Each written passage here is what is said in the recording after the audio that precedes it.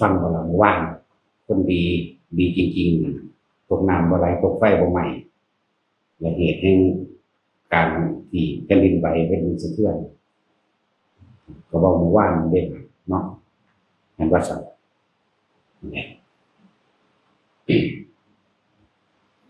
หาที่พึ่งของตนเองกับตนเองและเป็นที่พึ่งของตนเองความดีสิเกิดกลายเป็นบุญญาลิปกป้องของเราเองบอกมาเรื่อยๆที่เราเกี่ยวกับคนที่เกิดอุบัติเหตุรถคว่ำพระเจ้ามาจากพิษณุโลกกับทุกท่านเขาจะไม่ยืนยันคำสอนเลยว่าเขาจะเห็นแบบนั้นเป็นแบบนั้นแต่ส่วนมากเขาบอกเขาบอกอ่านที่จะว่าไปแนวอื่นยกเหตุอย่างอื่นยกเหตุอย่างอื่นมันเป็นเครื่องนำรองให้แต่ว่าพอเจาะจงบุคคลว่าเขาจะมาว่าแบบนั้นแบบนี้มันคือจากของอ่างหรือว่าอะไรแต่ว่าบัดนี้อ่างแม่ไม่โดนเนาะผู้เขาจะมาจากพิษณุโลกแต่เขาจะฝึกส่งชาติไปเดินชาติเขาจะมาเองที่การจับจุดอุณหภูมินั่นแหละลดจิตความสั้นพุ่งซักต้องแบบนี้เป็นเบาผู้ใดได้เบิ่งคลิปก็เห็นก็เป็นเบาหนาซึมตาบานนั่นก็นั่นแหละว่ามันเกิดประสบการณ์จริงนั่นแหละคือความรู้จริงของพระเจ้าเบาแบบลื่นเลิกบันเทิงเลยเห็นบ่เบาแบบอาถรรพ์เนี่ยวันคนมันผ่านประสบการณ์นั้นเวลารถกิ่งลงจากภูเขาตัวเพิ่นเองก็ยังนั่นมีลูกโป่งทางในลูกโป่งรถก็กิ่งไปลูกคนก็อยู่เป็นปกติธรรมดาบ่เลินเลยเห็นว่าล่ะเสียงเบาๆอันยังลูกผมบ่สะเทือนเลยนั่นแหละเฮาก็เบาเรื่อยอยู่นั่นแหละคือสิ่งที่ปกปักรักษาตัวเองได้คือตัวเองคือการเฮ็ดให้จิตตัวเองเกิดเป็นสมาธิมีจิตตั้งมั่นเมื่อไม่จิตตั้งมั่นแล้วผลแห่งจิตตั้งมั่นคือเป็นสมาบัติแล้วเกิดว่าเป็นบุญนั้นรักษาตัวเองกำลังช่างรักษาตัวเองอีกคนหนึ่งก็จะรู้พิษณุโลกจะไม่ยืนยันให้เลยว่าผมเห็นแบบนี้ผมรอดเพราะว่าอาจารย์นะจังสันมันบ่แม่นเพราะว่าอาจารย์เป็นเบิ่งไปรักษาไปเด้อาจารย์เป็นผู้แนะนำให้ซื่อๆเด้พวกเจ้าไปเฮ็ดเอาเองอาจารย์เองเหยียบหินซื่อๆก็โยกบัดนึงไปเจ็บกับปวดคือกันนั่นแหละไปรักษาไผบ่ได้ดอกก็ยังบอกเว้าเต็มๆตรงๆอยู่ไปรักษาไผบ่ได้ดอกพวกเจ้าต้องรักษาเจ้าของเองด้วยเพิ่นได้แต่เป็นผู้บอกทางแนะนำวิธีให้แม้นบุคคลถ้าไปฝึกส่งชาญเป็นแล้วเฮ็ดเป็นแล้วแม้นที่ตึกถล่มก็สร้างบ่เป็นหยังหนึ่งมีเหตุให้ออกจากตึกนี่สองถึงขั้นสิเสียชีวิตแต่ว่าองค์แห่งชาติสิเกิดกลายเป็นทรงกลมหรือวงกลมเหมือนกับเฮาอยู่ในลูกโป่งนั่นสุดลงมาก็สร้างบ่มีหยังสะเทือนเฮาได้เลยแบบเป็นสั้นมันบ่แม่นยังสิไปเว้าโป่งๆตรงๆออกมาพระ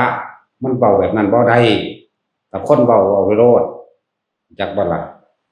มันก็มีพระวินัยบังคับไว้อยู่เพิ่นว่าบ่ให้อวดเห็นว่าซั่นทั้งพระพุทธเจ้าเพิ่นก็เว้าทำนายไว้แล้วว่าดูก่อนภิกษุทั้งหลายพวกเธอจะชอบประมาณในการบุคคลเพราะการประมาณในบุคคลจะนำทุกโทษภัยมาให้แก่พวกเธอเมื่อภายหลังประมาณแปลว่าพยากรณ์แปลว่าทำนายทำนายว่าจังสั่นจังซี่ถ้ามันเกิดขึ้นจริงบัดนี้เขาสิแลนก็คือเว้าเรื่อยๆอยู่ตัวแม่นบ่พอของหายคือเฮาก็เคยว่าได้ท่องมึงคนนั้นเอาไปทั่วคุณก็มานำขาเฮาเขาจับได้เพราะว่าเป็นน้ำมึงก็บอกใบทะเบียนบ้านหายกระเป๋าหายนี่เฮาผ่านมาหลายเหตุการณ์แล้วคนผู้นั้นสิตายเจ้าบ่ต้องไปยิงหนูได้บ่มื้อนี้เจ้าไปวัดมันฟังเฮาจังเม็ดอยู่บ่ล่ะมันบ่ได้ฟังได้นั่นน่ะเจ้าสิตายแบบนี้เป็นแบบนี้เวลาเท่านี้บอกปึ๊บผมเห็นภาพชัดเจนแจ่มใสบ่ผิดผิวจักหน่อยเลย1ศพ2ศพ3ศพ4ศพศพที่5มันสิเป็นเจ้าของที่มันอยากว่าล่ะเขาว่าเฮาเป็นปอบไปกินเขา เขาว่าไปเท่านั้นเด้นั่นแหละคนบ่ได้ฟังธรรมะคนบ่ได้สนใจเรื่องกรรมบ่ได้สนใจเรื่องมีก็อยากได้ครับอยากได้ฮะเลยเฮาบ่เว้าแนวเจาะจงลงไปฟังเอาตัวมีสติปัญญาคิดเทียบเอาตัวแม้จังว่าแต่ละคนเขาเตือนอยู่เสมอได้ล่ะพวกอยู่เมืองนอกเด้อพวกอยู่เมืองนอกผมว่าอยู่แต่มันพออยู่พอกินแล้วก็กลับบ้านเขาสิสงครามกันก็บอกมาก็ปีเดียวเนาะเขาสิสงครามกันเด้อเนี่ยก็สงครามบ่ซั่นตัวนั้นก็ปีกายปีก่อนตัวถ้ามาบ่ได้ยังเป็นหนี้เป็นสินอยู่ให้ฝึกทรงฌานเด้อสวดนมัตถุไว้เด้อสวดด้วยความจริงใจบริสุทธิ์ใจเด้อทำความเคารพน้อมพระพุทธเจ้าไว้เปรียบเทียบยกอดีตนิทานของพระพุทธเจ้ามาให้ฟังอยู่ตลอดคือปริตนกขุมจังซี่นมัตถุพุทธานางนมัตถุโพธิยาก็สวดไปเด้อขนาดนายพรานเอาบ่วงไปดักไว้จนว่าตายไป7ชั่วโคตรอายุคนก็ยังบ่อาจสามารถรูดลัดคอเข้าคอขาบ่วงดักหรือตั้งแหวทุกอย่างเฮ็ดสารพัดแล้วตายไป7ชั่วโคตรยังบ่อาจสามารถจับได้ก็เพิ่นนำมาเช้าเพิ่นบินขึ้นไปทั้งปลายไม้แง่วนั่นน่ะสวดมนต์จักบ่แง่วน่ะนกยูงฮ้องนั่นคือนมัตถุพุทธานังนมัตถุโพธิยาอันนี้เห็นบ่บาดก่อนสินอนก็เหมือนกันบินปึ้งขึ้นไปยังมาเช้าบินปึ้งขึ้นไปหันหน้าไปทางทิศตะวันออกสวดนี้แล้วก็พักนอนก็ปลอดภัยทุกประการมาเรื่อยบัดตกจากหากินมาแล้วมันค่ำแล้วหันหน้าไปทางทิศตะวันตกก็เงี้ยวคือกันนั่นแหละแล้วก็สวดมาเพิ่นก็สวดมนต์เพิ่นนั่นแหละจักว่าล่ะเรียกว่าทำความเคารพน้อมถึงพระพุทธเจ้านั่นแหละความปลอดภัยอันตรายต้องทำด้วยความบริสุทธิ์ใจเด้อบ่แม่นทำด้วยความแบบนั้นน่ะแล้วแต่บอกบ่ได้อันนี้ใจไผใจมันแล้วก็สวดไว้ผมอยู่เมืองนอกก็ดีอยู่เมืองไทยก็ตามใส่ก็สั่งเถิดสิกล่าวว่าอีหยังสมัยเขาสงครามโลกครั้งที่2เขาสิเอาระเบิดอีหยังมาถิ่มไปใส่ประเทศไทยพระสยามเทวาธิราชก็คือเทวดารักษาประเทศไทยอยู่ในเขตหมู่บรรพบุรุษไทยเฮาสิก่อตั้งสร้างประเทศมาได้แล้วเขาเจ้าใส่สัตยาธิษฐานหรืออธิษฐานจิตขอให้ได้เป็นคนรักษาพื้นที่ประเทศไทยไว้พากันหอมไปบนตัวเหาะไปหาขอพระคาถาจากหลวงปู่มั่นที่วัดดอกคำซุมื้อนี่ถ้ำดอกคำหลวงปู่มั่นเพิ่นบ่ได้ให้ยาวพุ่นตัวเพิ่นก็นะโมวิมุตตันังนะโมวิมุตติยาซ้ำแม่นบ่ล่ะหมู่เทพเทวดาทั้งหลายเหล่านั้นก็มาสวดอยู่ในกรุงเทพนี่แหละเขาก็จับกลุ่มกันเขาก็สวดทิ่มระเบิดลง2ลูกบ่แตกจังซั่นก็นั่นแหละตอนเฮาเอาเต็มบทให้ตัวอยู่เมืองนอกก็เฮ็ดไปตัวอยู่เมืองไทยก็เฮ็ดไปสวดไประลึกไปก่อนสิหลับสินอนพ่อใหญ่บัวบ้านตากเฮาบอกว่าก่อนจะหลับจะนอนให้สวดมนต์ไหว้พระก่อนยังว่าอยู่ในว่าหลับซั่นก็ใครสิไปสวดมนต์ไหว้ให้เจ้าได้ก็ไปเฮ็ดเอาของข่อยนี่ถึงแม้ว่าสวดมนต์จะเป็นยาทาภาวนาจะเป็นยากินแต่เฮ็ดทั้ง2อย่างเข้าใจว่าล่ะสวดมนต์เป็นยาทาหลวงปู่จรัญอีพ่ออีแม่หลวงปู่จรัญนี่ครูบาอาจารย์เฮาแต่เฮาเป็นเณรพูนแต่พศ2525พุ่นจักบ่ล่ะพุ่นเดือนมุทะเล68แล้วเด้สั่นภาวนาก็เป็นยากินว่าคำกองจองพากันเฮ็ดเอานั่นแหละคือที่พึ่งของตนเป็นที่พึ่งอันประเสริฐตนนั่นแหละที่ประเสริฐจริงกับพึ่งตนเองทำความเห็นมันตรงกับความจริงของชีวิตจริงคือธรรมะแปลว่าความจริงของทุกชีวิตสรรพสัตว์การเกิดเป็นทุกข์ความแก่เป็นทุกข์ป่วยเป็นทุกข์พัดพรากจากสิ่งที่รักเป็นทุกข์ตายเป็นทุกข์เห็นไหมสาเหตุแห่งทุกข์คือความอยากนั่นแล้วเฮาสิหนีฝืนธรรมชาติไปบ่ได้คือเกิดแก่เจ็บป่วยพัดพรากจากสิ่งที่รักทุกข์นี่ธรรมชาติมันเป็นของมันแบบนี้อยู่แล้วและถ้าเข้าใจความจริงนี้แล้ว น้อมประมาสู่ตนเองว่าผู้นี้บ่พ้นแน่ตายผู้นี้บ่พ้นแน่แน่เจ้าสิไปรีอยู่ไสเจ้าสิเอายาหยังมากินดึงไว้ก็ให้มันแก่ชราปล่อยมันตายบ่มีนี่เจ้าสิไปจ้างให้ตายแทนเจ้าสิไปจ้างให้ป่วยแทนได้บ่มีปวดแขวเด้จ้างบุกอันนี้มาปวดแขวแทนกันนี่เอาแต่จ้างได้นี่เราถอนถิ่นเท่านั้นเนาะมีเท่านี้นึงมั้ยน้องสั่นก็นั่นแหละที่ว่าพากันเป็นที่พึ่งของตนเองไว้การทรงชาติเจริญชาติที่เฮาแนะนำกันมีเดียวนี้มีผลมากมีอานิสงส์มากบ่ว่าแต่ผลมากอานิสงส์มากเพราะว่าจังได๋ก็ตามมันก็เป็นหลักของอานาปานสติอยู่แล้วเพื่อเฮาหยิบออกหยิบยกขึ้นมาเพื่อให้เกิดเป็นจุดเด่นขึ้นมาให้เข้าใจง่ายให้เป็นหนึ่งขึ้นมาเริ่นว่าจัตุรณโลมก็ต้องอาศัยลมหายใจนี่แหละมันจึงเกิดอาการปิติขึ้นได้ว่าทรงชั้นเจริญชาติหรืออานาปานสติอยู่ในปฐมฌานทุติยฌานจตุตฌานนี่ก็ว่าไปแต่1 2 3 4 4 3 2 1เฮ็ดไปเรื่อยมันก็เกิดกลายเป็นสิ่งที่พกรักษาตัวเองอานิสงส์แห่งอานาปานสติรู้ลมหายใจกับมีอาการปิติเกิดขึ้นหน้าโลกนี่แหละระหว่างการระบาดการขี้เฮาเองนี่แหละทำมากทำบ่อยอานิสงส์มันในปัจจุบันชาติบรรลุอรหันต์ได้เลยในชาตินี้ถ้าว่าได้ในบรรลุอรหันต์ในขณะที่มีชีวิตและยืดยาวต่อไปได้ขณะที่เสียชีวิตจิตสุดท้ายขณะที่ขาดออกจากร่างกายในขณะหนึ่งขณะจิตหนึ่งเท่านั้นเพียงขณะหนึ่งก็จะได้นานอาจจะเป็น2 ขณะ 3 ขณะบ่รู้จักขณะดอกคนนั้นน่ะผู้ว่าท่านเป็นผู้เป็นแล้วรู้จักคำว่าขณะสั่นบาดจิตตายพอดีกับขาดปุ๊บออกจากกันกับร่างเลยนั่นแหละเป็นอรหันต์นี่อานิสงส์ที่1อานิสงส์ที่2อานิสงส์ที่3เขาเพิ่งเข้าสู่อนาคามีคนตายลมหายใจเข้าใจบ่นี่นั่นแหละอานิสงส์ที่4แม่นบ่ได้ราคามีไม่แน่อาจจะได้โสดาหรือสกิทาคามีหรือตกอยู่ที่พรหมโลกชั้นใดชั้นหนึ่งเข้าใจบ่นี่มันสั้นกว่าเป็นผู้เกิดในพรหมโลกแล้วคนทรงชาติจากคนทรงชาติตายพระองค์ขณะที่ตายแม้ว่าจะหลงลืมสติไปมั่งในขณะที่ไม่ได้อยู่ในฌานหรือทรงฌานจะมีจากว่าผู้บอกเองสติมันจะขึ้นมาเองหรือมีเทพเทวดาผู้เคยได้รับส่วนบุญกุศลจากเขาสิกระซิบใส่หูเองดับนึกถึงองค์ชาติที่ได้แม้เข้าใจว่าล่ะแนวมันนี่ในท่านธรรมบทก็มีเบิดนั่นแหละสุนัขตาริจวีที่ตัวคนบาปของเป็นอรหันต์พระอนาคามีเดี๋ยวลงมาบอกว่ามันลงมาเกิดเด้ลงมาบอก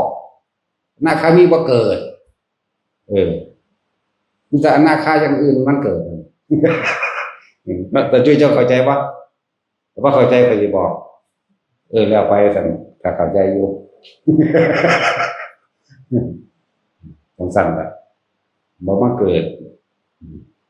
ก็เป็นเทพเทวดาธรรมดาอันนึงนี่แหละแต่จะพูดถึงก็ระดับจิตของเจ้ามันเป็นการเดินมาพร้อมซื่อจริงเทวดานี่แหละก็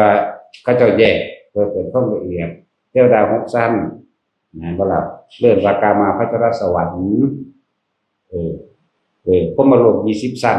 จักว่าล่ะก็เป็นเทวดาที่จิตใจทรงพรหมวิหารก็ว่าหรือว่านั่นแหละเขาเจ้าทรงฌานมันอยู่ในระดับอุเบกขามากกว่าตัวอุเบกขานี่เป็นตัวรับประกันว่าเป็นพรหมเป็นอาหารของใจตัวปิตินะแต่จังหวะนี้ย้ำแต่ละคนเด้อ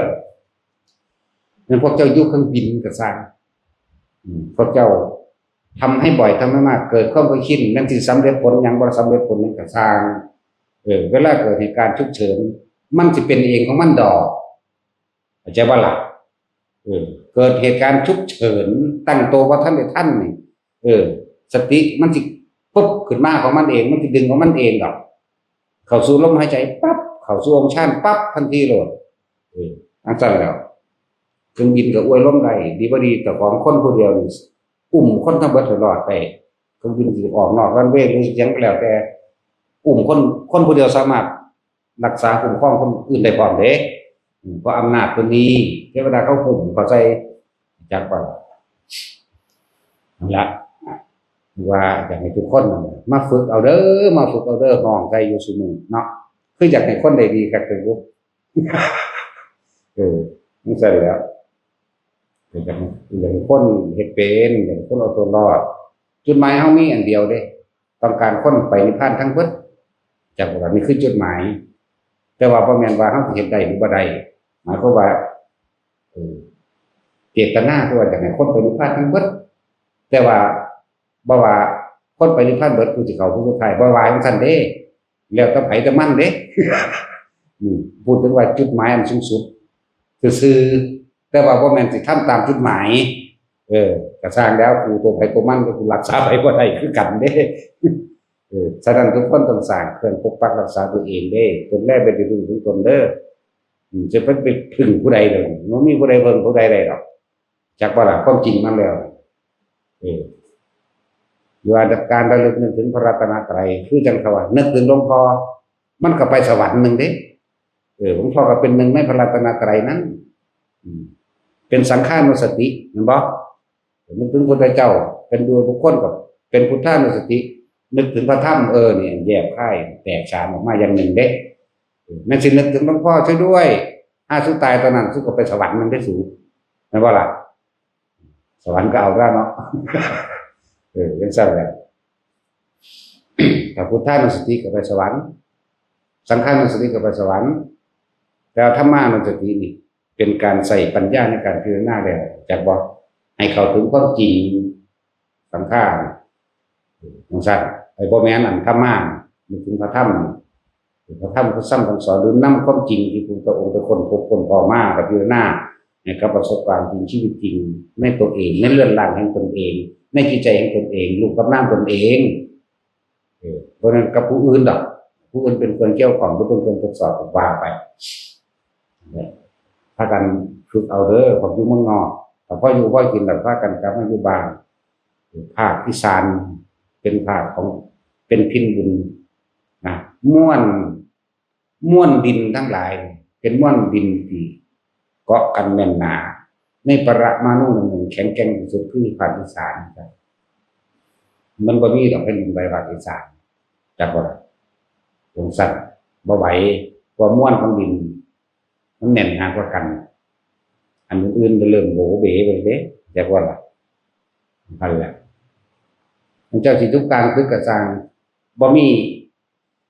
ถึงขั้นเสียชีวิตจักบ่แต่ว่าถ้าคนส่งชาญเป็นนึกถึงองค์ชาญปั๊บเข้าตัวนี้เป็นอัตโนมัติแม่นบ่นึกกระสร้างเจ้าเคยเฮ็ดไว้ได้มื้อนึง5เทื่อ6เทื่อแต่ละมื้อเนาะไปเฮ็ดบาดนอนบาดตื่นตื่นนึกถึงแน่จักหน่อยปั๊บพอในมื้อนั้นถึงเจ้าสิเสียชีวิตแล้วนี่ด้วยเหตุอันใดอันหนึ่งเนาะแต่ว่าบ่แม่นถึงอันตายตัวนั้นถึงขั้นเสียชีวิตแต่ว่าสามารถแก้ไขได้คนที่ฝึกไปแล้วพอตายเหตุการณ์คันปึ๊บฮวกออกมาตัวนี้สิแล่นเข้าเองได้เข้าลมหายใจปั๊บตัวนี้ปั๊บก็เจ้าสิเป็นงวยสิเป็นงงเนี่ยงั้นแผ่นดินสิถล่มลงไปก็ตามเจ้าสิถูกวงกลมอันนี้สู้ขึ้นมาเหนือแผ่นดินใดงั้นเจ้าสิอยู่กลางตึกถล่มคือมื้อนี้ก็ตามตัวนี้ตัววงกลมอันนี้สมาบัติอันนี้สู้เจ้าขึ้นมาข้างบนเองเจ้าสิบ่สะเทือนแม่ลูกขุมขนเลยคือพ่อใหญ่นั่นล่ะเว้าผู้เพิ่นมาจากพิษณุโลกถึงว่าเพิ่นเว้าบ่แบบเบิกบานหน้าตื่นตาบานเว้าแบบอาถรรพ์เพราะว่าเขาเป็นความจริงของเขาอีกผู้นึงก็อยู่โคราชเลยซั่นรถกิ้งตัวใดนับบ่ได้รถนี่กิ้งแล้วก็อยู่รถนี่กิ้งคนอยู่กลางๆนี่ตัวนี้ลูกคงจำออกมาเตะรถกดแม่มึงเอ้ยซั่นธรรมดามีบักอ้วนมันนั่นเด้ลูกอีตามักเลาะเนาะมักเลาะคือมักแวะหรือเลาะวะสนใจแวะบ่บ่ซักผมจังเทื่อนั่นน่ะสกปรกใหญ่นั่นผมก็ยาวๆโอ้ยว่าจะผมซักผ้าเขาบ่กินเพิ่นซักผมบอกแวะแล้วอ้วนๆก็รถส้นกัน3คันบีบมันคันเดียวเห็นบ่ล่ะ อันกรอบรูปหลวงพ่อแตกจักหน่อยว่าซั่นมึงว่าจังไดมึงว่าหลวงพ่อช่วยด้วยเฮ้ยอีห่ามึงกูไปซอยไปได้กูนอนหลับกูบ่เมื่อยเด้ว่ะกูโกนโตอ่ะตัวกูไปซอยไปกระซานมันว่าจังซั่นเด้อตัวเขาเองนั่นของเขาเฮ็ดของเขาเองกับผลแห่งบุญจริตของเขาเองผลสมาบัติของเขาเองเด้อเนี่ยอย่าลืมว่าทุกคนแก่หาอยู่หากินซ้ำตายหากินซ้ำตายมันเด้อไปก็เลยจะไปฟากันตรงไหนไม่เกียรติไม่กี่ยศไม่ยศธรรมดาศักดิ์ไม่อำนาจหลายเด้อสิ่งทั้งหลายเหล่านั้นก็ได้ปกปักรักษาเจ้าให้พ้นนรกได้ให้พ้นจากเวรกรรมใดเด้เหมือนกับการเล่งกรรมตัวเองเด้อนะเล่งอกุศลกรรมให้มากให้ผลตัวเองเร็วๆเด้อว่าคิดว่าเจ้าของมียศธรรมดาศักดิ์และมีอำนาจราชการผู้เฮาว่าอยู่หมู่บ้านก็บอกว่าสีกากีเป็นสีของดินนี่ต้องรองรับทุกสรรพสิ่งแต่บัดนี้ร้ายและดีเจ้าของเป็นผู้ประสานสมานมิตรนึงเป็นผู้ไกลเกลี่ยเป็นผู้ทำความเข้าใจให้กับหมู่เราประชาชนเป็นผู้พิทักษ์สันติราษฎร์ให้เกิดความสงบสุขแก่หมู่ประชาชนราษฎรเป็นตัวแทนในหลวงบ่แม่นเอาอำนาจธรรมดาศักดิ์มาบังคับคนหาเงินแต่สมมุติมันเป็นแม่นเบิดน่ะเนาะเอาเลยหน้าท่าได้เลยเด้นี่สิบ่โกงเลยสักนิดนึงหน่อยนึงถ้ามันบ่แม่นกูตายถ้ามันแม่นให้สู้ตายเอาแม่ท่าได้เลยเบิดทุกคนเลยบ่หลอนบ่เหลือแม่นบ่นั่งอยู่ที่พวกราชการเพิ่นก็โกงคือกันนั่นแหละคือแท็กซี่กับอันตะจุยอันนี้แม่นบ่ซั่นหนีกันแล้วมีหยังเฮ็ดเมื่อหดผักข้าวกันหน้านั่นโกงเวลาบ่ละบาดว่าถ้าโกงเวลาเขาหดเงินเขาพุ่นแต่จักแล้วมา500เด้เนาะอีหลีบ่ละบาดก็ต้องยอมรับตัวเนาะไปจับมันโดดเด้อยอมสารภาพแล้วนั่นแหละแหละว่าพยายามที่สิหาวิธีให้คนเรียกว่าทำบุญหนีบาปพวกอันศาสนาคิดว่าไถ่บาปเนาะทำบุญหนีบาปตัวนั้นมันบ่หายหรอกแต่ว่าเฮาพยายามสร้างสิ่งที่มันเป็นกุศลมากขึ้นให้มันทับกันบุญกับบาปมันอยู่คนละกระเป๋ากันอยู่คนละช่องใจกันนะมันบ่อาจสามารถลบกันได้เด้อจึงบอกว่าคนที่เคยโกงแผ่นดินโกงของหลวงเอาเงินหลวงแม้กระทั่งโกงเวลาหลวงจากว่าคำว่าหลวงนี่คือทำเพื่อประชาชนคนหมู่มากได้หลวงเด้อเป็นตัวแทนของในหลวงให้มาดูแลสุขประชาชนทั้งความเข้าใจกับประชาชนโกงเวลาก็สร้างโกงเงินก็ตามโกงทุกอย่างโกงว่าทุกอย่างล่ะปัดก็สิประสบผลแล้วกันเด้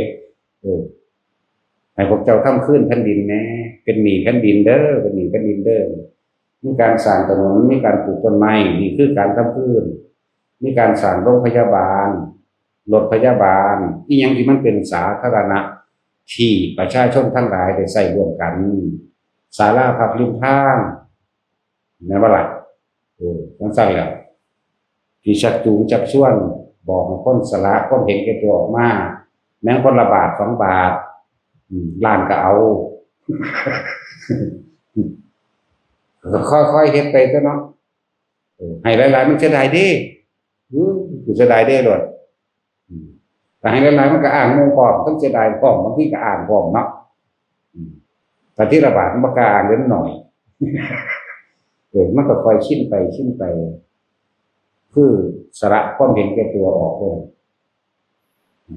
ว่าการให้ทานทั้งหลายเป็นเจ้าสิทานเงินท่านทองท่านเพชรก็ตามท่านกำลังวังซ่าหรือในระดับการงานวิชาความรู้ก็สร้างนี่บ่หวังสิ่งใดตอบแทนบ่หวังผลในทางนี่เดินว่าสละความเห็นแก่ตัวจาคะสละขาดจากความเป็นเจ้าของปัจจุบันสละขาดจากความเป็นเจ้าของแล้วจาคะสละออกเมื่อสละออกแล้วก็ต้องไปกำหนดว่าให้เพิ่นใช้หยังก็ต้องไปว่าค่าน้ำและค่าไฟ ไม่ต้องกำหนดอะไรเลยแล้วก็ไม่ต้องแลกส่วนมากคนสิแลกความร่ำรวยแลกอายุยืนแลกให้ครอบครัวอยู่ดีมีสุขแลกให้เจ้าของไปสวรรค์วิมานต่างๆแลกให้เกิดมาพบได้ชาติใดให้ร่ำให้รวยแล้วมาเกิดเป็นผัวเป็นเมียอีกเป็นพ่อเป็นแม่เป็นลูกเป็นเราเป็นหลานเป็นปู่ย่าตายายกันอีกพวกเจ้าแลกจักว่านี่จังซั่นแหละนั่นแหละมันเลยเวียนว่ายตายเกิดก็เลยว่าปุญญาภิสังขารการกระทำความดีทั้งหลายเหล่านี้ถ้ามันเพียงพอในเหตุปัจจัยของมันก็ได้รับผลอย่างนั้นจริงๆคือพระศิวลีนั่นแหละพระศิวลีเป็นเห็นมาแต่สมัยพระปทุมมุตระมันได้แล้วนะแล้วว่าจะเป็นผู้เลิศเรื่องลาภแบบนั้นแบบนี้ก็ไปท่านก็ขอให้เป็นบารัตถ้าว่าขอบนทานข้าพเจ้าหรือว่าท่านให้พระพุทธเจ้าองค์ใดก็ช่างพระศาสดาก็ตามทำอะไรถ้าผู้มีพระภาคเจ้าได้รู้แล้วนี่ไงขอให้ข้าพเจ้าได้รู้ทำอันนั้นด้วยเถิดพระเจ้าข้าคือบ่าวายจังซี่มันก็เป็นปัจจุบันธรรมมันก็ได้บรรลุอรหันต์ในศาสตร์นั้นด้วยตัวนั่นล่ะหรือที่ท่านให้พระสาวกองค์ใดองค์หนึ่งก็สร้างทำอันใดถ้าเท่าที่พระคุณเจ้าได้ตรัสรู้แล้วได้เห็นแล้วขอข้าพเจ้าได้ตรัสรู้ได้รู้ธรรมนั้นได้เห็นตามได้ซ้ำได้ตามนั้นในปัจจุบันชาตินี้เถิดนี่แม้เอาปัจจุบันไงอันนี้เพิ่นสร้างสมบูรณ์ได้บัดนี้เลิกกับปุญญาภิสังขารภาษาศิวลีนะไอ้ว่าเจ้าก็เกิดด้วยมาอยู่แต่มีชาตินึงเจ้าพลาดเหมือนกันบ่ล่ะชาติที่เป็นปิดล้อมเมืองเขาไว้นั่นแหละเพิ่นก็เกิดเป็นลูกกษัตริย์นั่นแหละอ้ายกับน้องเนาะจริงๆอ้ายกับน้องก็เขาว่าจะเฮ็ดกันดอกจริงๆแล้วว่าถูกยุ่งถูกเป่าหูดูเขาน้องหนีออกไปจากว่างหนีออกไปจากว่างแต่ว่าถูกยุ่งดูเขาก็เลยกลับมาขาพี่ไส้ตายพี่ไส้พระราชาจากวันตายแล้วก็ยึดเอาเมียพร้อมแล้วพยายามไปฆ่าลูกหมายถึงพระศิวลีหน่อยก็แม่เป็นเอาทรงนี้ออกไปทางทอน้ำถิ่นน้ำเสียของเมืองหนีไปก็ไปเสนามาคุณพูดแล้วไปใหญ่ขึ้นแล้วครับสังสมกำลังขึ้นมาสังสมกำลังขึ้นมาได้เลยสิมาชิงเมืองขึ้นจากว่าล่ะต้องสั่นแหละเมื่อสิมาชิงเมืองขึ้นลบกันอยู่พอแห้งหลายปีว่าสามารถเอาชนะได้ผู้แม่ก็ได้เขียนจดหมายให้นายพนุยิ่งออกไปเจ้าคือโง่แท้เจ้าคือบ่ปิดเมืองไว้ปิดทางน้ำปิดทางนั้นปิดทางนี้ก็ว่าไปปิดทางฟืนปิดทางน้ำปิดทางเขาก็อยู่จนว่าถึง7 ปี7 เดือน7 วันคนเด้ต่อมาประชาชนมันหิวอดอยากเข้าใจว่าล่ะมันบ่มีเนื้ออยู่ในกินประชาชนในเมืองนั้นลุ่มข่าพระราชาองค์นั้นตัดหัวพระราชาองค์นั้นจากวันครับจะมาหมอบเมืองให้พระศิวลีขึ้นไปเป็นเจ้าเมืองแทนสงสันแหละส่วนพอคนนั้นผู้ศึกษาไปก็คือพระพุทธเจ้าในศาสตร์นี้เนี่ยใช่ปะและหลังจากคนตายจากศาสตร์นั้นแล้วต้องนรก70,000 ปีนรกรู้ธรรมดาบ่อุสุทานรก70,000 ปีนรกมื้อนึงมันอยู่ในเท่าใดดอกล้านปีเดี๋ยว36,000 ล้านปีมนุษย์เท่ากับ1 วันนรกว่าซั่นที่เบิ่งเอาโอ้ยยาวกว่าบ่ไหลแม่ก็จักสิไล่มันละเอียดเป็นหยังพอสำนั้นก็ฟังก็ได้ซึ่งหลึงออกไปนี่ก็เว้าพื้นกันคือเก่ากระแจกนี่น่ะเดี๋ยวช่างอีหาเบิ่งนี่เจ้าของบัตรนั่นแต่จริงนั่นแล้วเพิ่นไปฟาดเพิ่นบ่เป็นต้นนรกบักหลายบักโดนเด้อจนขึ้นมาใหม่แล้วจังผลบุญตัวนั้นนำทรงได้บัดเห็นบ่ล่ะแต่มาเกิดในศาสนาพระพุทธเจ้าโคดมเฮาจังมาเกิดเป็นลูกเป็นนางหยังล่ะลืมชื่อแล้วมันหลายชื่อเนาะชื่อศาสตร์นั่นชื่อศาสตร์กลางชื่อศาสตร์นี้โอ้ยหลงชาวหลายชื่อก็แล้ว จักนั่งยังล่ะแม่เป็นนั่นหรือว่าท้องก็7 ปี7 เดือน7 วันนั่งใจสิขาดตายก็ธรรมดาเด้แล้วทรมานเพราะเราเด้เพราะว่าความคิดเป็นของเราจักว่าเจตนาเป็นของผู้แม่เด้แม่ได้เป็นผู้บอกให้เฮ็ดจังซั่นมึงคือสัวแท้ลูกนี่มึงเป็นจังคือบอกล้อมเมืองไว้บ่ให้ประชาชนชาวเมืองออกไปหาฟืนได้หาน้ำได้หาเนื้ออยู่เนื้อกินได้ล้อมไว้หั่นแหละเดี๋ยวประชาชนชาวเมืองเขาทนบ่ได้เขาฆ่าพระราชาเองแต่ว่าคือพระราชาองค์ก็คืออาเพิ่นนั่นแหละน้องพ่อ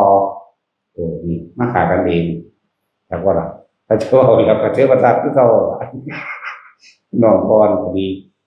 สั่นเพื่อมีแบบกรรมเห็นว่ากรรมให้ผลของกรรมบ่สลับซับซ้อนด้วยความจริงเนี่ยตราบใดที่เฮายังบ่สิ้นตราบใดที่เฮายังบ่ถึงปณิพพานเฮาเลยมาสดใสเด้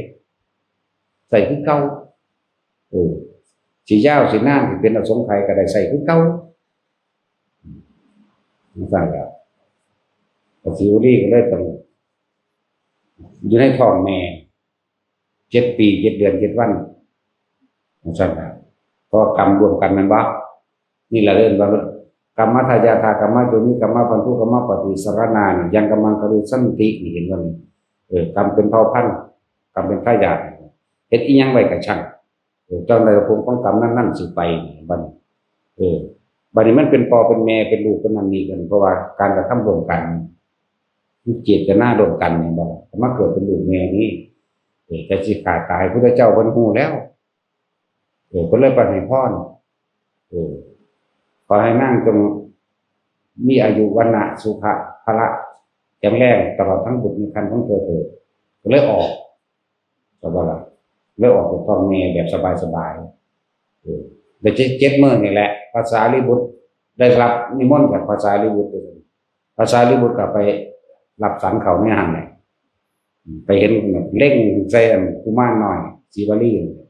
มันจะมีกระโดดมันก็เป็นนางยองๆกลางๆเป็นจังได๋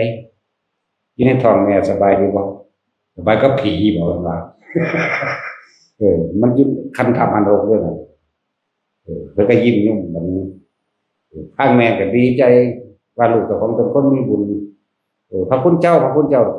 คุยหยังกับลูกผู้ขาอ๋อเพิ่นว่าเพิ่นอยากบวชว่าซั่นบ่ได้ว่าจักเม็ดเลยอันนี้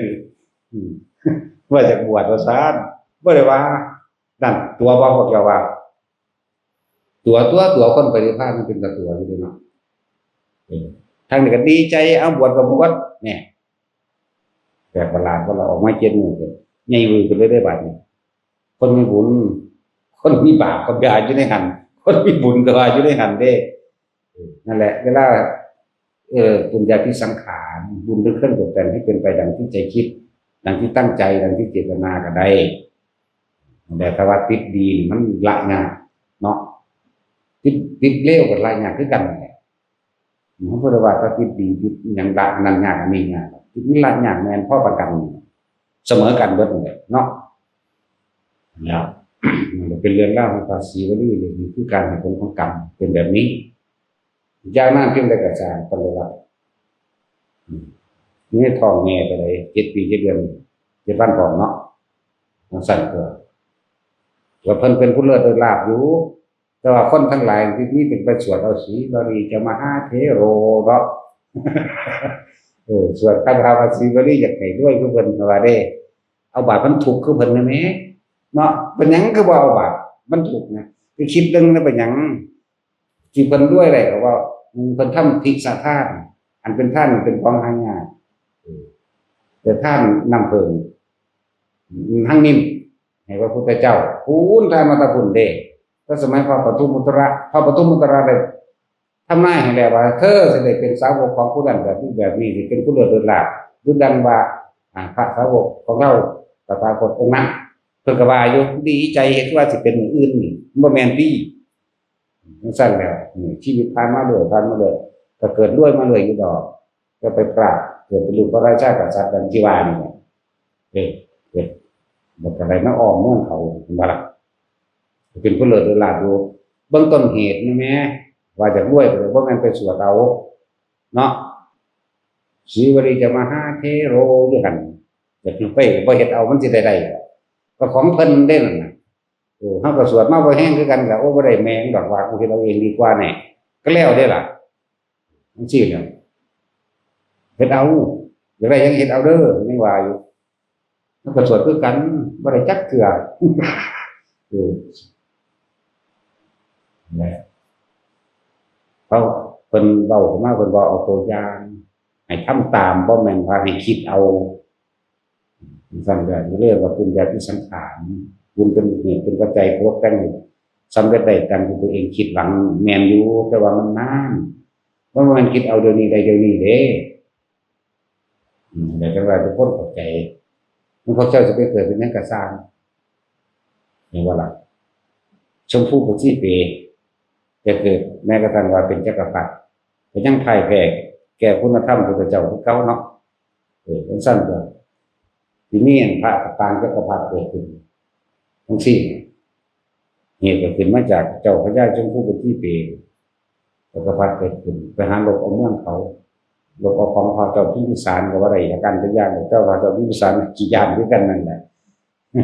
แต่ว่าโดยอำนาจพระรัตนตรัยจากนั้นเป็นนักรอดเขาได้ทรงวิสรมาลอยเอาหูวิสรก็เสียใจครับขึ้นไปที่หลังของพระเจ้าใส่จักแก้วด้วยนี่อาวุธทุกขันเด้แต่ว่าเป็นอาวุธธรรมนังว่าเวลาพระเจ้าเพิ่นว่าอาจารย์ตุบนโตอิทัตนาสิเลนแต่กรรมปัญญาวิจัยกันศึกษากันยุทธาโดโวคณตาอาวุธมีรู้สัตว์ไปด้วยกันนั่นแหละเพราะนั้นว่าไปขาดอกเป็นการปกป้องซื้อชื่ออะไรว่าล่ะคาถาดีเบิ่งมันเว้าสิเอาชนะไปเด้บางคนสวดว่าคนใดคาถาอันนี้เอาไปสวดจะเป็นสระคนบ่แม่นเด้เขาทำป้องกันซื่อๆเด้บ่ได้ถือเอาความแพ้ลักษณะกับไผลักษณะนั้นเนี่ยทรงสอนกับสร้างเท่าแก้วกับสร้างจักแก้วกับสร้างทรงเข้ามาแต่ว่าบ่สู่พุทธจักรที่อย่างสุดท้ายมากับพ่ายแพ้กบฏเป็นสาวกพระเจ้ากับบรรลุอรหันต์ข้าเดียวสั่นจนก็เรื่องอันเป็นยาวอีกบ่เว้า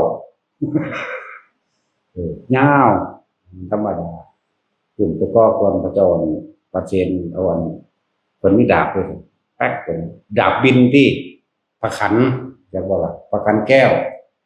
ข้างแก้วมาแก้วประขันแก้วนั่งแก้วลูกแก้วนะครับขุนข้างแก้วเลยสินั่งแก้วเขาสนใจก็นั่งแก้วแล้วเขาก็สนใจจังอื่นเป็นไรแบบนั่นก็สิเจ้ามันนั่งฮิปโปเจ้ามันนั่งแก้วฮิปโปกูกินอะไรน้ำเงามันออกว่าก่อนเกี่ยงตมมากห่อนด้วยกันว่านี่โอ้ก็คุยกันอย่างง้อไปอย่างง้อแรงไปเลยยังเขาขากันตั้งแต่คุยกันธรรมดาเพราะว่าคนหูหนวกก็เลยจะห่อนด้วยกันโอ้ยก็ตกใจไปทุกวันเลย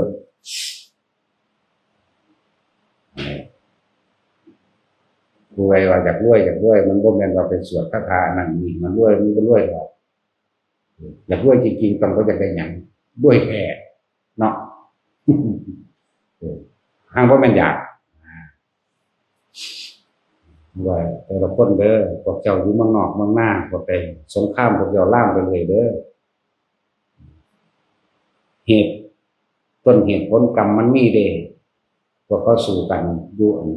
ทางต่างประเทศว่าจะเป็นรัสเซียยูเครนเพราะว่าจะเป็นอย่าง5 เมตรนี่นะประเทศไหนพวกปาเลสไตน์พวกนี้ที่จริงคนทั้งหลายแล้วนี่เคยเกิดกับพุทธศาสนามาแล้วเคยเกิดกับพระพุทธเจ้านี่เลย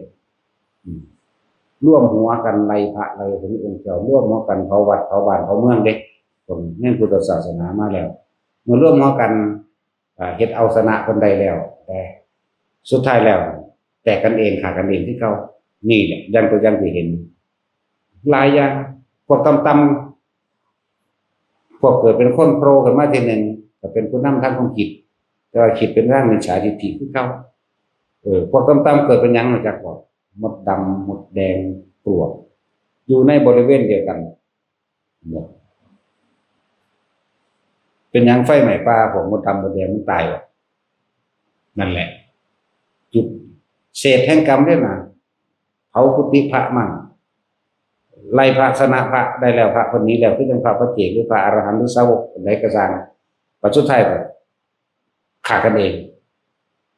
อันนี้เขาก็มีกรรมเหมือนกันพวกนี้พวกไปหาเผาวัดอะไรก็เลยถูกถล่มใจหมดพอดีตายหลายผู้พม่านั่นเป็นไรมันสั่นแล้วพวกที่เศษกรรมที่รวมกันนี่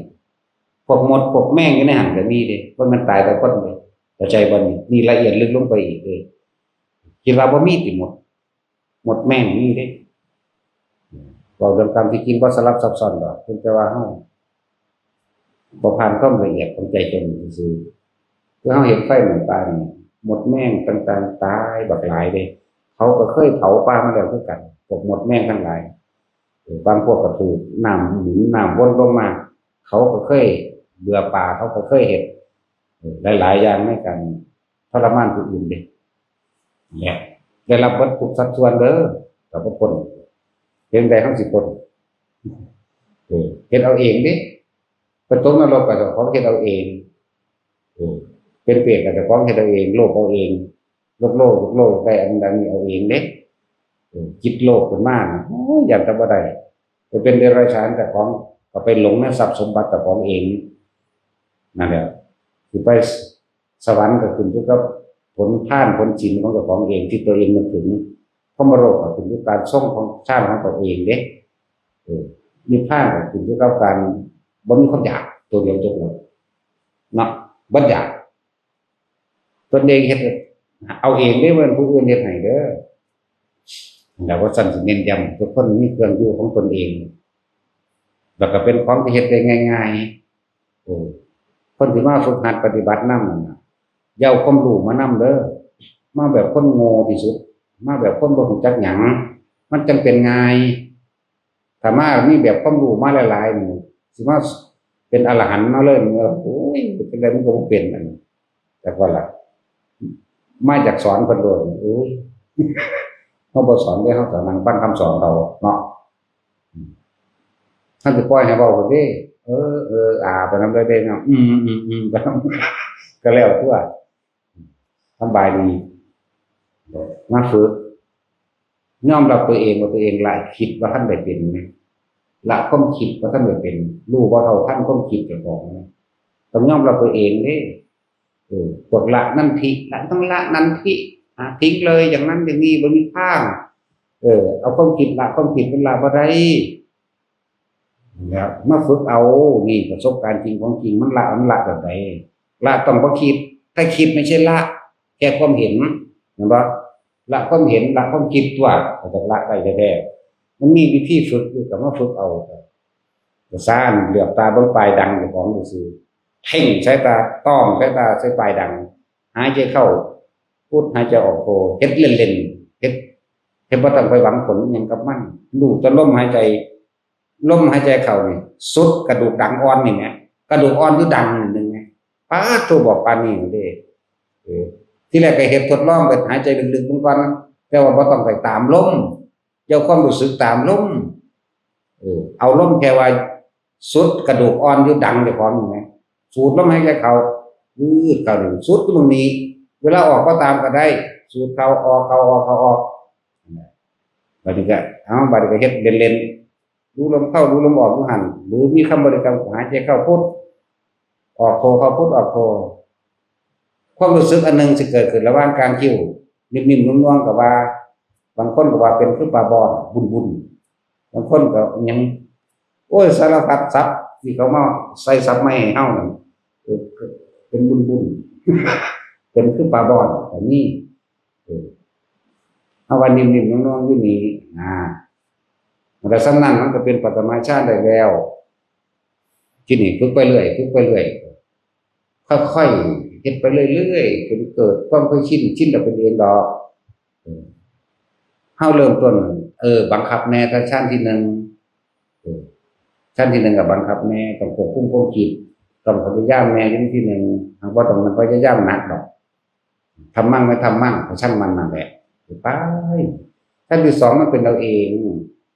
เขาบ่ได้ตั้งเจตนาที่คิดให้มันเป็นเลยมันเป็นปึ๊บขึ้นมาเลยคนเป็นแล้วรู้จักหน้าตัวที่3มันก็เป็นเองตัวที่4มันก็เป็นเองเขามีหน้าที่รู้อยู่กับว่าที่มันเป็นในสิ่งที่มันเป็นในความรู้สึกเท่านั้นเองแล้วก็อยู่กับแค่ความรู้สึกแค่นั้นเองบัดอยู่เท่าตายอยู่กับความรู้สึกตนคำว่าสมาธิแปลว่าจิตตั้งมันไว้ใสเอาฐานใดเป็นฐานที่ตั้งแห่งจิตเอาฐานใดเป็นที่ตั้งแห่งความรู้สึกจิตกับผู้รู้กับจิตมันเดียวกันแหละรู้หยังก็รู้สึกซื่อๆนี่แหละรู้สึกนิ่มๆน้อยๆอยู่กลางหน้าผากข้างโลกเนี่ยเอาจุดนี้ซะก่อนจุดเดียวไปเรื่อยเห็นไปเรื่อยแต่มันเคลื่อนไปตรงกลางหัวเคลื่อนลงสมองเคลื่อนลงกลางอกก็รู้อยู่กับความรู้สึกตัวเพราะมันสิว่ารู้สึกอยู่มื้อเดียวบางทีมันเคลื่อนไปบนหัวมั่งมันหนุหนาเพื่อมือเศร้าหัวนี่บางทีก็คือจังเป็นลมหัวอุดอยู่ข้างหัวเฮาตัวบางทีมันก็เสื่อมลงในสมอง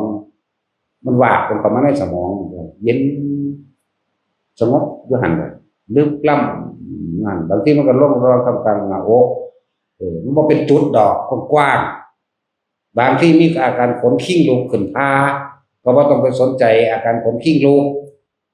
ขนขิ้งลุกแปลว่าหยังทั้งที่เฮามีจุดสมมุติว่ามันเกิดหนวดหน้าอยู่ในระหว่างกลางหน้าผากเฮาเป็นขนขิ้งลุกพาเบิดแล้วเป็นความผ่อนคลายมีความรู้สึกสบายใจเป็นความอิ่มเป็นมาอย่างนึงบางพวกก็คือเจ้ากรรมนายเวรมาเอาบุญนำกับแม่นญาติพี่น้องเฮามาเอาบุญนำกับแม่นบางพวกที่มีเห็นนิมิตแต่ว่าเห็นผีเห็นเปรตรูปร่างหน้าตาทุลักทุเลบ่สวยบ่งามอย่าไปย่านเด้พี่น้องเจ้าของเด้นั่นน่ะอาจสิเป็นพ่อเป็นแม่ลุงป้าอาปู่ย่าตายายมีมาแล้วในอดีตนับประมาณบ่ได้เด้มีโอกาสมีจังหวะปรากฏกินขึ้นได้ส่ำนั้นนึกในใจเลยขอมันทานบุญกุศลกรรมดีที่ใครทำมาแบบนี้จงมีแด่สรรพสัตว์ทั้งหลายมีวิมานก็ว่าเลยของเฮาเว้ารวมมันสิเจาะจงก็บ่ได้นอกจากเฮาเจาะจงที่ว่ามันเป็นตนเจาะอันนี้พวกนี้รวมเอาบ่ได้เนี่ยมันบ่ละเอียดปานนั้นดอกแต่ฟังเบิ่งนี่เนาะบางทีก็เห็นได้คือว่านั่นแหละคนบ่มีบุญจังซั่นแหละแต่เห็นเป็นโตมาเนี่ยเฮาให้เจาะจงเลยเจาะจงเฮาบ่ได้ว่างากเด้เขาผู้นี้ถึงแต่ท่านผู้นี้จบเลยเอาบอกซ้ำนี่หนึ่งเด้ท่านผู้นี้เท่านี้ของมันเป็นตลอดเวลาทุกเมื่อของมันเนาะแล้วเขานั่งอยู่ซื่อๆมาล่ะบุญนี้ท่านผู้นี้หายปั๊บฟังประเภทเอาว่าเป็นมาหนุมน้ำแข็งน้ำกาเฮาอยู่แต่ว่าได้ใส่วิธีรำคาญจักว่าล่ะใส่วิธีให้หนีล่ะปะบอกว่ามึงว่าแนวนี้มันก็ว่าบ่เป็นเด้ฟังไว้ดีๆเด้ออันพวกอิจฉาริษยาคนเวลาเขาชวนไปทำบุญทำทานไปฟังธรรมบ่มีจิตใจยินดีกับเขาบ่โมทนาเป็นหรือว่าไปวัดที่กูบ่พอใจสาบแช่งเขาบ่ผีบ่เปรตเนี่ย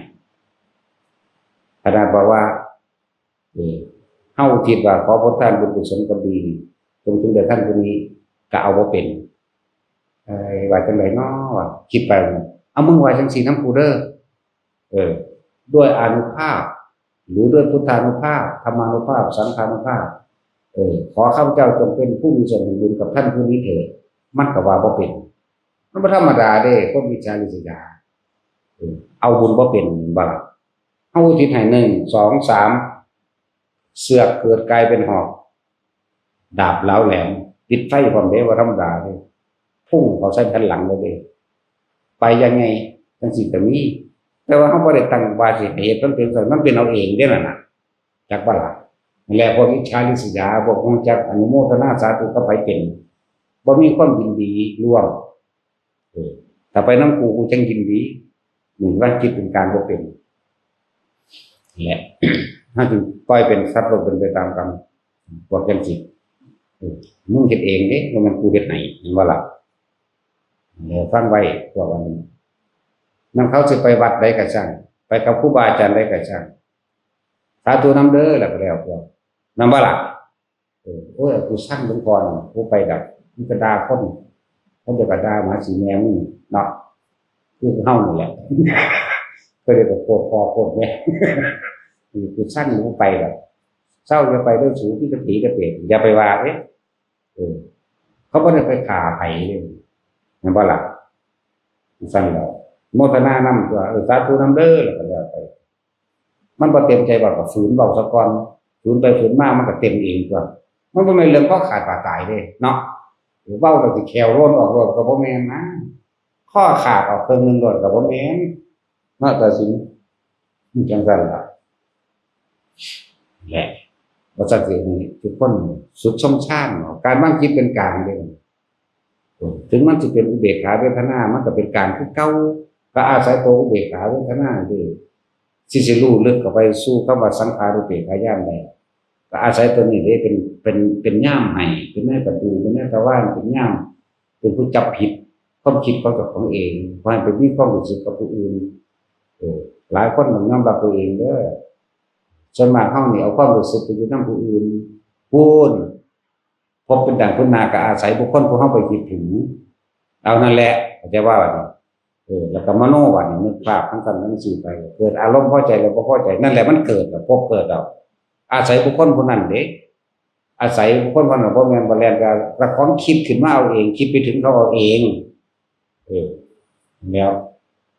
หาวิธีหลอกความคิดไว้มันไปคิดถึงผู้อื่นนั่นตัวอยู่กับตัวเองนั่นตัวอยู่กับตัวเองคือทำความรู้สึกอยู่ในระหว่างการคิวเฮานั่นล่ะนิ่มๆนุ่มๆนุ่มๆดึงหน้าผากก็ว่าในตัวเองยังก็ได้กายเวทนาจิตตั้งอยู่ในเวทนาแห่งกายจักบอกกายเวทนาจิตมีความรู้สึกอยู่ในกาย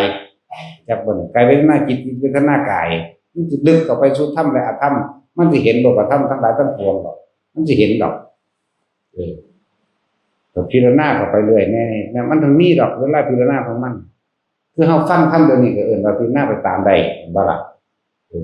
มันสั้นแบบมันก็เห็นความจริงของมันทุกคนทุกคนก็สรุปผลแห่งธรรมที่ได้ยินได้ฟังได้เหมือนกันคนเฮาเกิดมาหากินซ้ำตายเนาะเนี่ยมันจะยอมรับได้แต่ปัจจุบันมันรักษาวันเป็นซื่อเห็นบ่สรุปผลเกี่ยวกับทัศนะหรือสัมมาทิฏฐิก็ว่าไปมีความเห็นตามเป็นจริงที่แล้วล่ะให้ก็ดีเกิดมาตายเกิดมาเจ็บไข้ได้ป่วยนี่ก็ยอมรับรู้แต่ว่าส่วนมากมันบ่ค่อยอยู่กับตัวเองจิตเลยบ่มีกำลังอยากบ่ล่ะสมาธิบ่มีกำลังก็ว่าจิตบ่มีกำลังก็ว่าจิตบ่ตั้งมั่นก็ว่าตั้งมั่นนี่มันจะต้องบ่หวั่นไหวกับสิ่งที่เข้ามากระทบถ้าว่ากระทบคือเห็นตาเห็นหูได้ยินหูดังได้กลิ่นเนี่ยลิ้นรสกระทบสัมผัสทางกายแต่ถ้ามันบ่คิดบ่นึกความรู้สึกอันเป็นพอใจหรือบ่พอใจมันเกิดบ่ได้มันก็เป็นสังขารุปเบกขาญาณตัวเราต้องอาศัยตัวอุเบกขาเนี่ยเอาอาการที่เป็นอาหารของใจมาเป็นเครื่องยืนยันของเองว่าตอนนี้เฮามีความรู้สึกเฉยๆกับสิ่งทั้งหลายทั้งปวงแต่ว่าเฉยๆเฉยไปเฉยมาเห็นว่าความคิดเจ้าของก็ความคิดมันก็ถูกรู้ได้ก็ถึงแม้จะมีการคิดอยู่กับชั้นแต่ว่าเฮาบ่ได้ไปมีอารมณ์ความรู้สึกกับสิ่งที่มันคิดแต่บ่ล่ะมันเป็นสัญญามันคิดถึงของมันเอาเองนั่นแหละคนที่มีความคิดอยู่แต่ว่าความรู้สึกตัวอันเกิดนิ่มนวลอยู่ระหว่างการระบายของก็ต้องตกใจปล่อยมันคิดเลยแต่ให้อยู่ในความรู้สึกนี้ถ้ามันเป็นได้ก็ถ้าความรู้สึกนี้หายเมื่อไหร่ดึงกลับมาหาความรู้สึกนี้ซะก่อนเด้อความรู้สึกนวลกลางระบายที่เก่าครับก่อนเด้อถ้าหายเมื่อไหร่ไปคิดกับมันแล้วเป็นความรู้สึกเกิดกับสิ่งที่คิดแล้วมีพบเกิดแล้วแต่ว่าถ้ารู้สึกตัวว่าอะไรดึงมันปั๊บขึ้นมาปั๊บแต่ว่ามันคิดก็ปล่อยคิดเลยอย่าให้ความรู้สึกนี้ออกถึงแม้มันสิคิดไปก็คิดไปเลยคิดไปไปเกิดมันจิตมันมีกำลังมันตั้งมันสิเห็นเองเห็นหยังเห็นความคิดอันนี้เลยเกิดมาเป็นผู้รู้อยู่ต่างหากครับรู้ก็รู้อยู่ต่างหากรู้บ่มีตัวรู้บ่มีตนเอาความคิดจังหนึ่งรู้จังหนึ่งร่างกายจังหนึ่งเด้เนี่ยเป็น3ระดับทั้ง4เนี่ยเป็นแบบนี้อันที่ก็เห็นร่างกายเห็นแต่ของนอนอยู่เด้นอนอยู่เบิ่งว่าผู้รู้ก็อย่างหนึ่งเบิ่งคิดก็อย่างหนึ่งมันแปลกประหลาด นั่นแหละผู้ใดเฮ็ดเป็นแล้วก็สิเข้าใจเองครับคนเฮาบ่รู้จักว่าตัวเองบ่ได้มีความรู้สึกตัวในตัวเองเด้แต่มีความรู้สึกพอใจกับบุคคลสัตว์สิ่งของทรัพย์สินแม่นบ่นี่มันบ่รู้สึกตัวเลยแค่ทำความรู้สึกตัวอยู่กับตัวเองนี่มันก็พ้นแล้วว่าอยู่ทำให้บ่อยทำให้มากให้มันชินเออเวลาพอจะเกิดเหตุการณ์ขับขันสิ่งที่คาดคิดบ่ถึงแม้ว่าจะเผลอสติไม่คิดถึงตลอดเวลาก็ช่างแต่ว่าถ้าแม้นมันเรียกว่าไม่ได้เกิน50%แล้วเนาะฝ่าพาเปรี้ยงมันเข้าเองนะมันเข้ามาลมหายใจของมันเองบ่เป็นหยังเฮาสู่ฝ่าพาเทื่อนึง2เทื่อนี่มันดอกเอาไปมาแล้วบ่ตกใจเด้ฝ่าพาก็เลยนั่นแหละไปแยกก็ว่าตะกี้ตกใจอยู่ฝึกไปฝึกมาฝึกไปก็บ่ตกใจบางทีเขาโยนดังๆตั้มใส่ขาเฮามันก็เหลียวเบิ่งธรรมดาเด้แปลกอยู่เด้แต่มันเป็นเราเองเด้แบบหลายอย่างพวกเขาอย่างแต่ว่าที่เขาเกิดอุบัติเหตุมีอันนึงอุ้มเข้าไปตัวกินลุมไปคือเขาอยู่ในฟ้องอากาศอย่างเงี้ยเพื่อเล่นมันว่าเป่าฟูๆมันเป็นวงกลมอย่างเงี้ยนะคือจังก้นอยู่ในหันเด้ว่าหนึ่งของเจ้าของเองเด้ว่าหนึ่งลดความลุมไปเขาเจ้าก็รู้สึกว่าเขาเจ้าก็เห็นเด้ว่ากินอูไปอยู่ในระหว่างทำการบ่มันบ่ไปแตะหยังเด้สั่นล่ะตอนนี้อันผู้ว่ารถส้นผู้มันก็นิ่มๆเด้โอ้รถส้นนิ่มก็มีมูลนัยอยู่นิ่มอย่างว่าเขาว่านิ่มๆเขาเว้าเฮาก็ฮู้ได้เพราะว่าเฮาก็ส้นมานิ่มๆคือกันรถเขาบุกเข้าไปทางหน้ารถเฮานี่มันเป็นคือจังไปหักงาไม้ซื่อๆนี่เด้แค่มีสีขาวสมัครติดเท่าจังหน่อยเท่านั้นมันเด้เรียกว่ามึงอย่าเอาเรื่องบ่กันก็บ่ตัวกูจอดมึงแล่นมาส้นกูจนว่ารถตู้ถอยหลังมันเด้นิ่มๆมันไปนั่งนำแม่บุยายหยังยายลงมาบ้านเรื่องว่าเราตายแล้วยายหยังเนาะยายสงวนตายแล้วบ่เนาะยายสงวนเจ้าตายแล้วบ่ถามว่ายายสงวนเป็นไดบัดนี้ไหมนิ่มเหมือนกันนิ่มที่บ่ารถชนกันเป็นนิ่มเนาะแต่ว่ามันเป็นจังซั่นอีหลีรถมันนิ่มอีหลีมันประกันที่เบนเนาะมันคนขับเนาะเบนได้ขับแล้วเขาก็ชนปึ้งจนว่ารถตรูขึ้นหลังรถเฮาบ่เป็นหยังรถเขาบุกเข้าไปกดหม้อน้ำพุ่งออกไอ้ฝาหม้อน้ำพุ่งออกของตัวนั่นแหละมันเป็นสั่นที่เขาบอกมาก็เป็นจริงเพราะว่าเขาก็เป็นมาแล้วคือกันมันบ่ขาดกันเด้ฝึกไว้เถิดยังป้องกันตัวของเองแม้นถึงว่าหมดอายุจริงๆไม่เจ็บปวดเด้อบ่เจ็บปวดเด้อเพราะว่ามันหนีมันรู้ตัวก่อนนี่จักว่ามันรู้มันออกก่อนออกจากร่างกายก่อนตัดขาดจากความรู้สึกของร่างกายมันบ่เลยบ่เจ็บบ่ปวดดีดถึงออกเลยเด้พวกนี้ถึงเวลาสิตายแบบอุบัติเหตุก็มีอยู่เหมือนกันกับพระโมคคัลลาถึงขาตายนั่นแหละเพิ่นออกไปก่อนแล้วเด้นั่นน่ะเข้าใจบ่นี่รู้อย่างถามไปดอกเข้าใจบ่ดีนั่นเลยซึ่งเลยเพิ่นออกรู้ตัวแล้วเพิ่นออกไปก่อนแล้วเขาก็ทุบร่างกายซื่อๆแล้วเพิ่นจึงมารวมข้อกระดูกเข้าใหม่จังว่าเฮ็ดเป็นพระโมคคัลลาประสานกระดูกก็ว่าสวดพระธรรมเอาอีกแล้วเนาะมีอีกเด้คาถาต่อกระดูกอีกเนาะทั้งบ่บอกว่าลืมมีเป็นอยู่นั่นสั่นล่ะแต่เพิ่นจะมาทูลลาพระพุทธเจ้าจึงเป็นผู้เอาไปเผาเองพระพุทธเจ้าทำชาปนกิจเองเด้พระโมคคัลลาเผาเองแล้วบรรจุกระดูกอธิษฐานเองบ่แต่ว่าล่ะสั่นล่ะอีกองค์หนึ่งคือว่าส้นตายว่าพระหยังพระหิยะบอกนะพระหิยะเห็นบ่บรรลุอรหันต์ข้าวเดียวในองค์เนาะออกไปนอกคง งัวส้นตายเพิ่นบ่เจ็บเด้เพิ่นออกก่อนจังซั่นแหละจักสิว่าจั่งใดตัวลูกมันก็บ่มีตัวเนาะมันก็ไปของมันเองไงในสมัยปัจจุบันมื้อนี้ก็คือการคือเฮาฟังข่าวอันพระอรหันต์เครื่องบินพระตกพระอรหันต์ตายเบิดคนยังเบิดหลวงปู่สวัสดิ์สวัจโจจริงๆหลวงปู่จวนปุรเชโธหลวงปู่มาทิตาเปโมแล้วก็หลวงปู่ยังอยู่วัดอภัยลำลงองค์ใหญ่ๆหลวงปู่วันอุตตโมแล้วก็ปู่สิงห์ทองเห็นบ่พระอรหันต์5 องค์ตายเบิดคนขับเครื่องบินบ่ตายนั่งบานก็บ่ตายคนหลอดพระอรหันต์ตายแน่จังซั่นแล้วพระเจ้าไปกำหนดไปก่อนแล้ว